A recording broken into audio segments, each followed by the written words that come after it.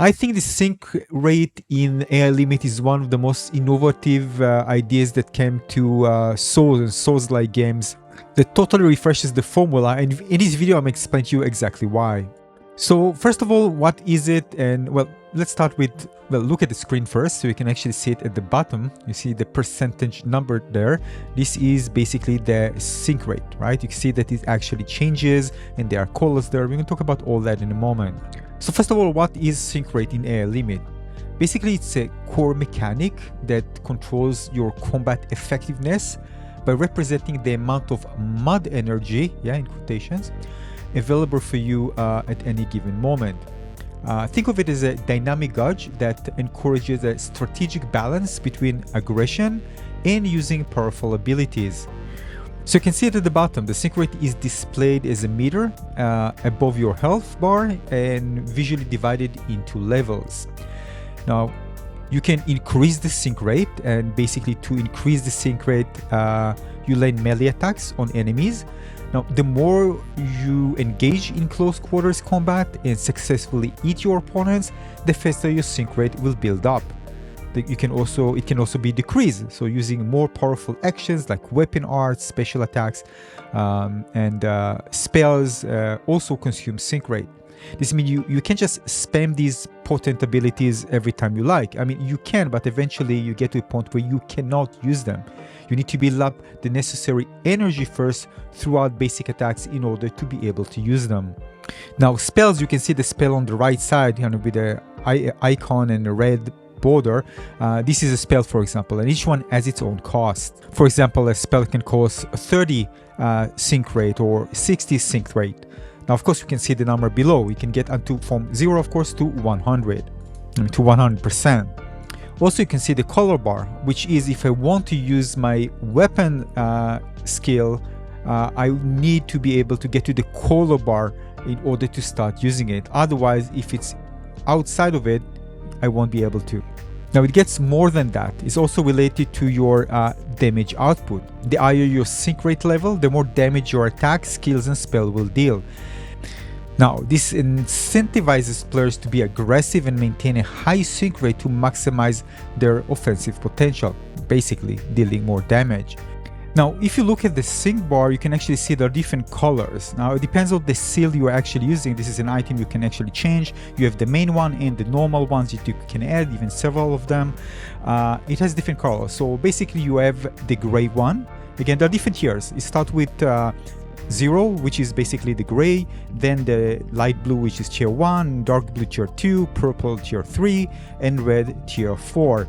It changes, of course, depends on the seal you're actually using. You can increase even the size, depends on the seals, normal seals you'll be using, and the main seal.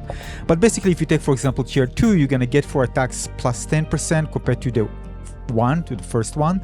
You're gonna get 20% in tier 3 for attacks, and for tier 4 plus 30%. This is based on Fextra Life chart. And for skills, for example, in tier 2 you're gonna get plus 30, then plus 42.5, and then 55 at tier 4. And for spells, again, they won't work on 0, and in tier 2 you're gonna get plus 44.4% compared to the base one in tier 1, and plus 58.3% in tier 3, and plus 72.2% in tier 4. So basically, the higher the tier, the more damage you'll deal with the attacks, spells, and skills. Now first, let's take a look at the cost, right? How it works. So if you go to spells, for example, you can choose one spell. You can see the sync cost for each one, all right? And depends, of course, on your current sync rate and the bar. If it's going to be below the requirement, it won't actually work. Alright, so this is for spells. Alright, some cost more than others. The spirit is just a requirement for the stats in order to use the spell, but the sync cost is the one that is the requirement to use actively based on the rate in the sync rate bar. So weapons have skills, and you can see the cost of the skill for my weapon here is 40%. So if I activated, for example, the skill on the weapon, let's activate, and 100 sync rate now, you see. And again, remember, it costs 40 sync rate, all right? So sync cost, all right? So let's activate it. You can see it will drop to 60, all right? Now, of course, at this point, I'm going to deal less damage, right? Because now I'm at the light blue bar. But the one that I actually activated was at 100, so I'm actually dealing more damage. Now, this is a spell, it costs 20, and we're down to 40. Again, remember, we need to be at the first tier to be able to activate it. So now I'm actually at tier 0. So see what happened if I try to activate it. I can, you see, the spell is gone, it's grayed out. So I can actually use it. Although I have enough sync rate, I can use it because I'm not in the tier 1. And although I can activate the skill of the weapon, it won't have the effect, right? What gives it its advantage. Now I'm at 40 and I can execute it now, both the spell or the skill. Because again, I got to 40. Now it's going to generate over time, but keep in mind that you can have some seals that allows you to increase the minimum sync rate that the generation will reach to based on the seal itself. So some seals, for example, will have like a minimum of 40. So they keep generating when it's below it until they get to 40%. Some will get higher. Seals, by the way, can also be further improved, enhanced in order to improve their stats. But here you can see that although I'm at the highest tier when I'm getting to red, I can't really activate now the spell because I haven't reached the colored bar, you see? Because I was at tier 0. All right, so this is tier 0 and the highest tier, tier 4, which is red. So there are different options. So this is the seal. You can actually find different ones as you progress through the game. You can see that the bar is different. There's also slots for normal seals, which enhance the main seal, which you can also find. There are different slots. Some of them have 4 slots, some 5 slots. And there are different things that improve the stats of your character. And also, of course, things related to a sync bar, defense, and resistances, and so on. And there's also one that increases the tier, the energy level of each tier to a higher one. So, for example, if you take a look here, you can see that for the normal seal, I can choose a normal seal that upgrade the main seal's sync rate energy level from 2 to level 3. And there's 3 to level 4, 1 to level 2. So you can change that. And you can see that it actually affects the color when I make the change, when I'm removing it. Right now it's tier 4 red. And now I change to another seal, you can see that it shows a different sync rate, different tiers. I also wanted to add that, and I forgot to add that the user also have the frame ability. You can see it can choose between 4 at the bottom right. So this is, for example, for deflecting. You have the shield, so you can block and then you accumulate, and you can just do double L1 in order to attack once it's accumulated. You have the B. It's for increasing damage, you're piercing yourself, but you get the extra damage, and you have the ability to do dashing, thunder dashing. So you can see that all that consumes also from the sync rate bar. All right. Now I don't have it anymore, so I can't really use it. You see it's grayed out. Now there are also 2 very important terms that I think maybe some might overlook it, and this is the conversion and stability. All right, so but in a nutshell, basically conversion is more how much meter you're gonna gain. Sync meter will fill up for each attack you are landing on an enemy, and stability determines how much of your sync gauge is impacted when you are hit by an enemy. So the higher the stability, the less your sync meter will be affected when you take damage. And just more thing, there's the vitality attribute you invest points in, which also affect conversion and also stability. You're going to see this in a moment. You can see the description here. So this is important to know if you want to increase the amount of sync rate you're actually getting when attacking enemies. So here, reset, for example, the attributes and investing in vitality. You can see that it's increasing the conversion, but also you can see that increasing stability as well. You can see that also increases the defenses and resistances as well. And you can also play with different seals, normal seal and main seal, to find different options for stability and conversion there. Of course, as you play, you're going to find that some enemies attack are very devastating for the sync rate, and even some environmental hazards can also decrease the sync rate, forcing you basically to adapt your strategy and stay vigilant. But in case you die, it just resets again to 100%, so you start from the beginning. But I think one of the most important thing that you never overlook is that when you get to 0%, you are in a weakened state. So if your sync rate reaches 0%, your character will be left in a weakened state, making them more vulnerable and susceptible to increased damage.